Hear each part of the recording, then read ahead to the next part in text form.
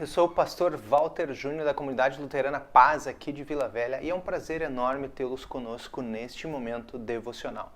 A gente segue a nossa série aqui dos improváveis, estudando os discípulos de Jesus. A gente já vem numa caminhada bem longa e hoje a gente quer iniciar a série dos últimos 4 discípulos de Jesus. E hoje, em especial, a gente quer ver 3 discípulos de Jesus. Tiago, o que é conhecido como Tiago Menor, não o outro Tiago lá. Simão, o Zelote, e Judas, o que a Bíblia menciona como o não Iscariotes. E ele tinha outros 2 nomes que a gente vai ver mais pra frente. Então, sempre os nossos momentos devocionais a gente inicia em nome de Deus Pai, Deus Filho e Deus Espírito Santo. Amém. E começamos sempre com um louvor. Louvemos ao nosso bom Deus.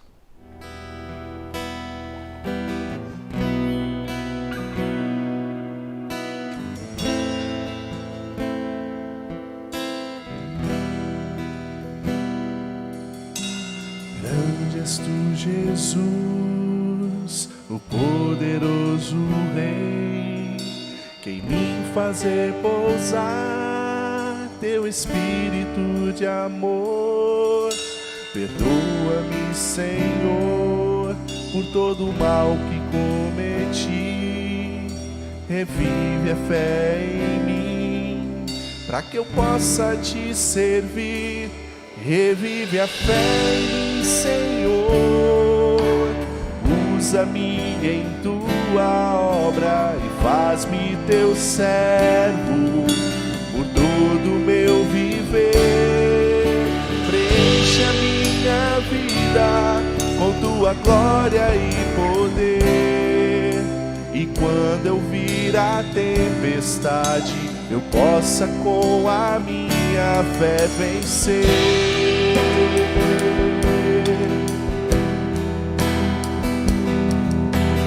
Grande és tu, Jesus, o poderoso Rei, que em mim fazer pousar teu espírito de amor. Perdoa-me, Senhor, por todo o mal que cometi. Revive a fé em mim, para que eu possa te servir. Revive a fé em mim, Senhor. Usa-me em tua obra e faz-me teu servo por todo o meu viver. Preenche a minha vida com tua glória e poder. E quando eu vir a tempestade, eu possa com a minha fé vencer. O Senhor é meu refúgio e fortaleza, sustenta-me com tua poderosa mão. O seu Espírito Consolador restaura todo o meu ser. Revive a fé em mim, Senhor. Usa-me em tua obra e faz-me teu servo por todo o meu viver. Preenche a minha vida com tua glória e poder. E quando vier a tempestade, eu possa com a minha fé vencer. E quando eu vir a tempestade, eu possa com a minha fé vencer.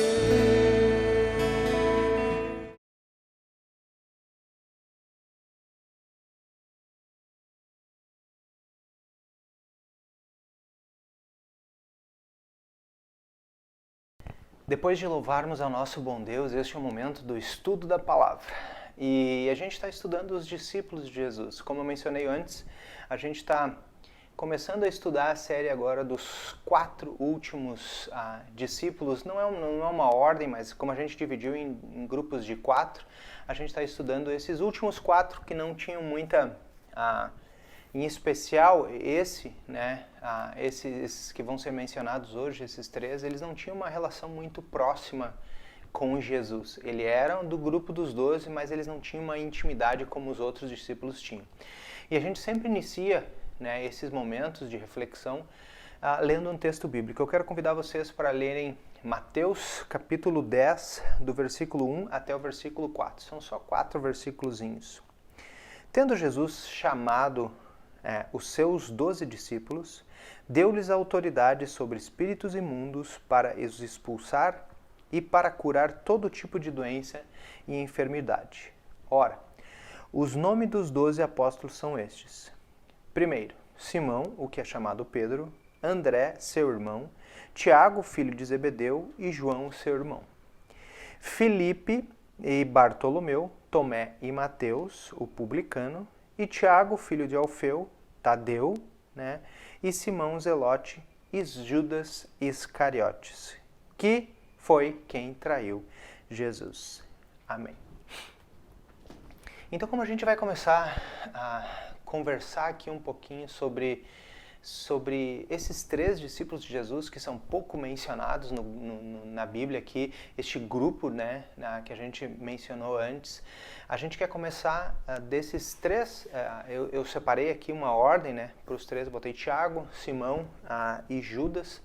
Na Bíblia ali, quando chamou os 12 discípulos, né, Simão e Judas estão numa ordem, mas não importa muito a ordem.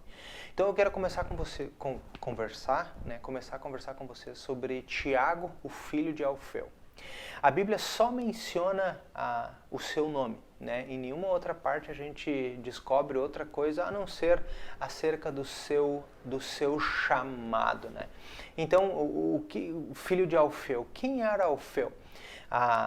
Provavelmente, né, Alfeu é o mesmo Alfeu que é pai de Mateus. Não sei se vocês se lembram de quando a gente estudou Mateus, né, o publicano, a gente mencionou isso, que Mateus era filho de Alfeu. Provavelmente Tiago, né, estudiosos dizem porque ele ser filho de Alfeu também, ele era irmão de Mateus. É uma das coisas da história que se menciona isso, é uma das hipóteses. Outra hipótese também, como mencionam lá no finalzinho, né, em Mateus 15, fala um pouquinho sobre, né, de Maria, Mateus 15, não, desculpa, mas no final lá do texto, quando menciona a história da ressurreição de Jesus, que estava lá Maria, a mãe de Jesus, Maria Madalena, né, e a Maria, essa Maria que está mencionando ali, provavelmente era a mãe, né, de Tiago e provavelmente a mãe também de Mateus. Então, provavelmente eles tinham um parentesco muito próximo. Alguns estudiosos até dizem que esse Tiago provavelmente era primo de Jesus. Confundem, né, dizendo que como ele é filho de Maria, né, eles ficam pensando ali, mas provavelmente ele era primo de Jesus e não o irmão de Jesus, como alguns mencionam ali. O que a gente sabe, o que a gente aprende, né, da característica desse Tiago? Como não aparece muitas vezes, o nome dele é mencionado em Mateus 15, versículo 40, e ele é chamado de menor, né? E o menor aqui, no grego, significa, a palavra para dizer ou chamar ele de menor é mikros, né? E o que é mikros, né? Já é bem parecido com o português também, realmente é pequeno. Mas pode ser também pequeno em estatura, né? Aquele que era baixinho entre os outros, ou a gente chamaria de, ali vem o baixinho. Provavelmente ele era baixinho fisicamente, mas também tinha características dele ser o mais novo do grupo, né? O micros ali, né? O menor de todos é o mais novo, o caçula até a gente usa, né? No português a gente usa isso bastante, o caçula. Por isso, provável que ele era o mais novo, então ele era mais tímido, ele não se mencionava muitas vezes. Provavelmente ele, por ser o menor de todos, ele ficava mais quieto, ele não falava muito, não se envolvia muito. Mas mesmo assim, sendo o menor entre todos, Deus escolheu ele para levar a mensagem de Deus adiante. Jesus, quando escolheu os discípulos, ele sabia das características de cada um deles. Ele sabia muito bem do que eles eram capazes de fazer. Ele sabia muito bem do que eles poderiam, né, fazer no ministério. E mesmo ele sendo pequeno, mesmo ele sendo bem pequeno, né, de estatura, e quem sabe o menor de todos era, né, o mais o caçulinha da turma, do grupo, ele levou o evangelho para muitos lugares. Não se menciona os lugares para onde ele levou o evangelho, né, mas a igreja primitiva fala que provavelmente ele foi crucificado como Jesus foi. Né, esses são os relatos da igreja primitiva que mostram o que aconteceu com esse Tiago, o menor de todos. Então, o que a gente aprende com Tiago, o menor? Que não importa se a gente é o menor do grupo, não importa se a gente é o mais novo do grupo. Deus, quando escolhe, Deus chama e Deus prepara e Deus envia, inclusive os mais pequenos no seu reino. Ok? Agora que a gente quer conversar um pouquinho sobre o segundo discípulo da noite, nosso aqui é o Simão, né, ou conhecido como Zelote. Até tem alguns textos bíblicos que chamam ele de Cananita. Cananita não tem nada a ver com de Caná, da Galileia, da terra de Canaã. Não tem nenhum significado. Cananita significa zeloso. Então, Zelote e zeloso. Zeloso. Então, tinha muito a ver a Bíblia também, como eu já falei para vocês, como Tiago, não menciona muito sobre Simão. Esse Simão que também era como outro Simão também, né? Simão Pedro, e esse Simão aqui chamado de Zelote. Zelote era tipo um partido político, uma facção, né, dá para se dizer assim, e mais extremista e mais violenta que existia na época de Jesus. Na época de Jesus existia 4 grandes grupos, assim, dá para se dizer, políticos, religiosos e também da sociedade. Tinha os fariseus, né, que a gente conhece bem, a Bíblia menciona várias vezes, eles eram fundamentalistas bíblicos, que quer dizer conhecedores da palavra de Deus, e eles baseavam tudo suas ensinanças, os seus ensinos, os seus ensinamentos, todos na palavra de Deus. Então esse é o primeiro grupo, dos fariseus. O segundo grupo era os saduceus, também conhecidos na Bíblia, mas eles eram mais liberais religiosos.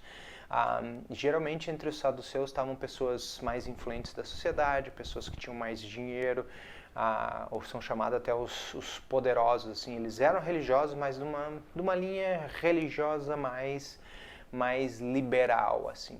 E aí tinha os essênios, né, ou os essênicos, ou os essenos, né, podem ser chamados dessas 3 formas.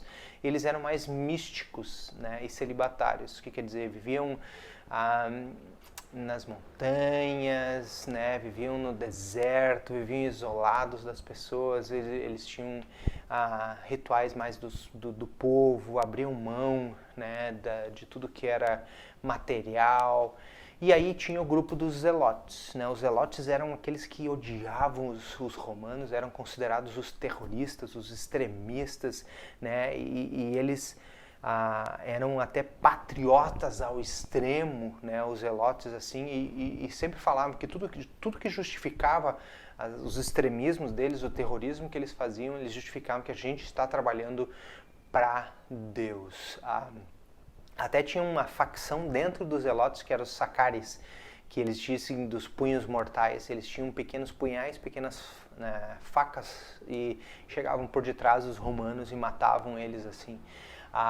Então, os zelotes odiavam os romanos. Os zelotes estavam esperando alguém para libertar eles do poderio da escravidão dos romanos, né, de toda essa opressão que os romanos faziam naquela época.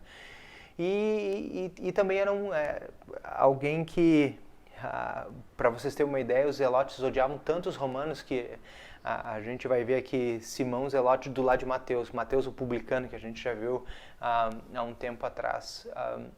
E se eles tivessem se encontrado na rua, provavelmente um zelote tinha matado um publicano. Por quê? Porque o publicano ajudava os romanos e os zelotes odiavam os romanos. Então, Jesus vai lá e escolhe esse terrorista, né, esse extremista, essa pessoa que era corajosa ao extremo, assim, mas eles eram zelosos. Zelosos do quê? Zelosos da palavra de Deus. Eles tinham um ardente entusiasmo, eles eram muito fervorosos. Então, a gente aprende sobre Simão, o zelote, simplesmente pela facção, né, que tinha, ou pelo grupo religioso político que ele seguia, que era os zelotes.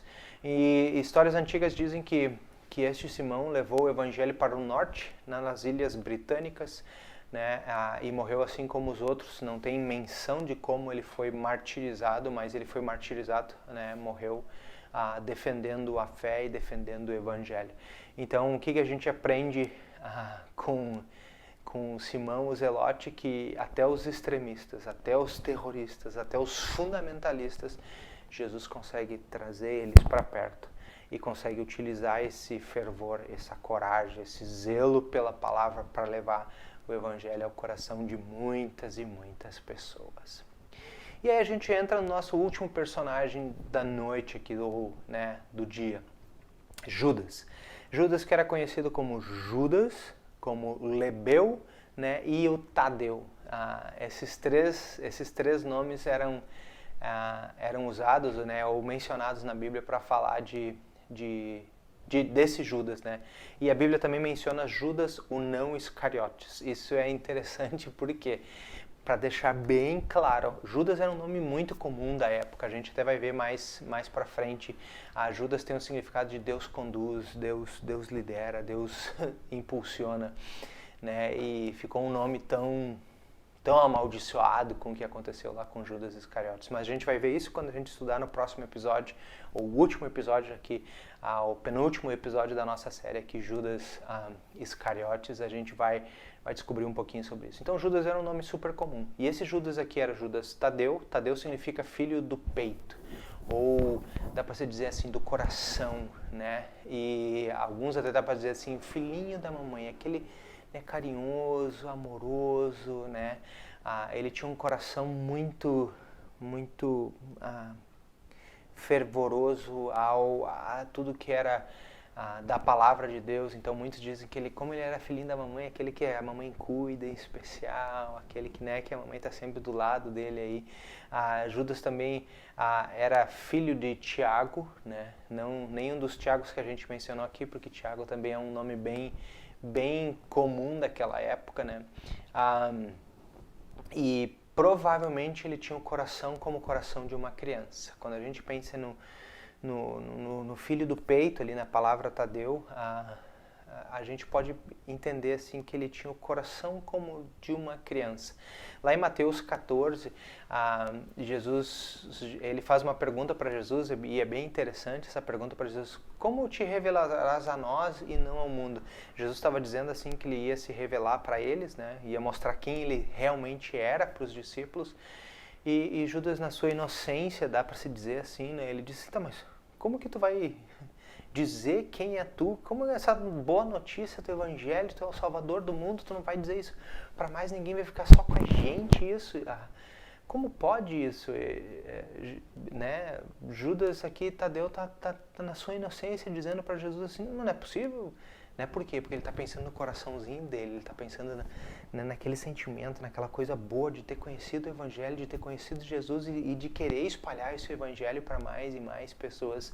E aqui Judas e Jesus, a resposta de Jesus foi muito amorosa e muito carinhosa também. A resposta logo no versículo 23 diz assim: se alguém me ama, guardará a minha palavra, e o meu Pai o amará, e viveremos e faremos morada com ele. Então, o que quer dizer? Jesus está dizendo para ele aqui que aquele que encontra Jesus encontra o Pai. E se a gente encontra um Pai amoroso, o que a gente recebe? Carinho, a gente recebe abraço, a gente recebe o perdão, a gente recebe a salvação, que só podemos encontrar em Cristo Jesus.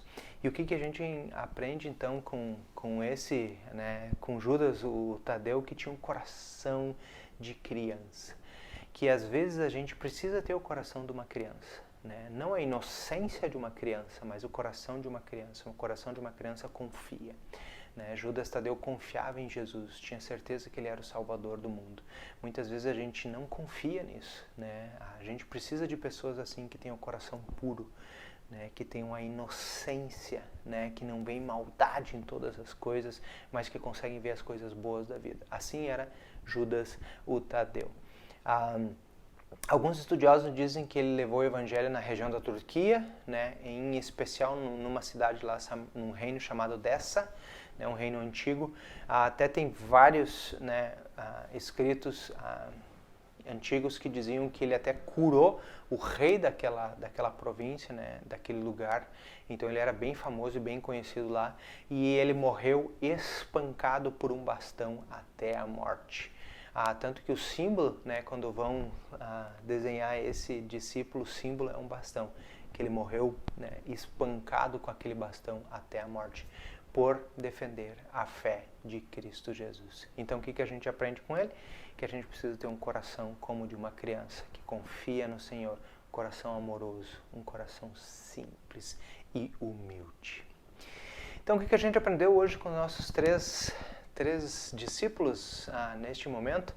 Primeiro com o Tiago, né, o primeiro dos nossos discípulos, que era o menorzinho de todos, que Deus também usa os pequenos, né, dá para se dizer assim, as pequenas coisas da vida, os pequenos detalhes da vida, as pequenas pessoas que a gente acha que não são tão importantes, Deus usa e transforma elas, né? Com Simão o Zelote a gente aprende que o fervor, o zelo, Deus pode mudar uma pessoa de terrorista, né, para enviar a palavra de Deus, de terrorista para evangelista. Deus pode mudar e usar todo esse fervor, essa ardência, essa coragem para levar o evangelho de Deus. E com Judas a gente aprendeu que o coração amoroso também é necessário na obra de Deus e na missão de Deus. Amém.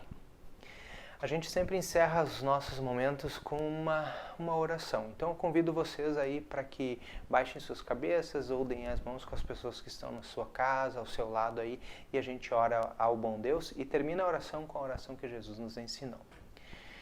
Querido Deus e amado Pai, te agradecemos por mais este dia. Te agradecemos, Deus, por este privilégio que tu nos dás de poder estar em nossos lares também, aprendendo mais sobre os discípulos de Jesus. Hoje em especial, Senhor, aprendemos com Tiago, com Simão e com Judas, Senhor, a ter um coração voltado a Ti, a ter um fervor no Evangelho e por mais que nos sintamos pequenos, Tu podes transformar a nossa vida e que possamos cada dia mais levar o Teu Evangelho pro coração de muitas pessoas. Pedimos, Deus, que Tu abençoe todas as pessoas que estão doentes. Pedimos, Deus, que Tu abençoe todas as pessoas que estão levando o Teu Evangelho. Te agradecemos, Deus, pelas coisas que estão acontecendo na nossa comunidade, em especial o culto presencial no fim de semana passado. Te agradecemos, Deus, por a oportunidade, por este privilégio de poder, Deus, pouco a pouco estar voltando, né, à Tua casa. Pedimos, Deus, uma noite de descanso e colocamos todas essas coisas, orando a oração que Tu nos ensinaste. Pai nosso que estás no céu, santificado seja o Teu nome. Venha o Teu reino, seja feita a Tua vontade, assim na terra como no céu. O pão nosso de cada dia nos dá hoje, e perdoa-nos as nossas dívidas, assim como nós também perdoamos aos nossos devedores.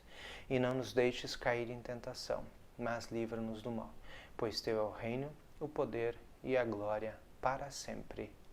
Amém.